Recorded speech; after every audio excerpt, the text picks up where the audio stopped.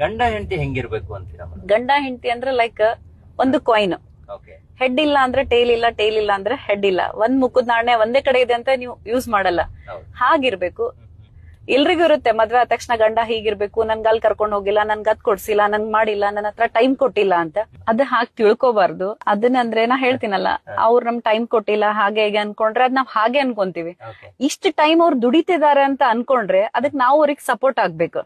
ಆ ಟೈಮನ್ನ ಅವ್ರ ಜೊತೆ ನಾವ್ ಇದ್ರೆ, ನಾನ್ ಇದೀನಿ, ನೀವು ಹೋಗ್ ಬನ್ನಿ, ನೀವು ಮಾಡ್ಕೊಂಡ್ ಬನ್ನಿ ಅಂತ. ಹಂಗಾಗಿ ಎಲ್ರಿಗೂ ಹೆಣ್ಮಕ್ಳಿಗೆ ನಾನ್ ಹೇಳೋದಂದ್ರ, ಟೈಮ್ ಕೊಟ್ಟಿಲ್ಲ, ಚಿಕ್ಕ ಚಿಕ್ಕ ವಿಷಯಗೆಲ್ಲ ಜಗಳ ಮಾಡ್ಕೊಂಡು ನನ್ಗೆ ಅದು ಕೊಡ್ಸಿಲ್ಲ ಇದು ಕೊಡ್ಸಿಲ್ಲ ಅನ್ನೋದ್ ಬೇಡ. ಮೇನ್ ಇರೋದು ನಮ್ಗೊಂದು ಕರ್ಮಣಿ ಮಾಂಗಲ್ಯ, ಅದೊಂದ್ ಇದ್ರೆ ನಮ್ಗ ಸಾಕು. ಬಂಗಾರ ಹಾಕೊಂಡ್ರೇನೆ ಅಂತೇನಿಲ್ಲ. ಆಮೇಲೆ ಅವ್ರು ಆ ಟೈಮ್ ಅವ್ರು ಏನಕ್ಕೆ ಯೂಸ್ ಮಾಡ್ಕೊಂತ ಇದಾರೆ ಅದನ್ನ ನಾವು ವಿಚಾರ ಮಾಡ್ಬೇಕು.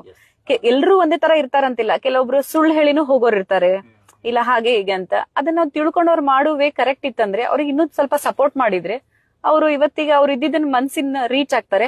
ಅವಾಗ ನಾವ್ ಹೇಳೋದ್ ಬೇಡ, ಅವರೇ ನಮಗ್ ಟೈಮ್ ಕೊಡ್ತಾರೆ.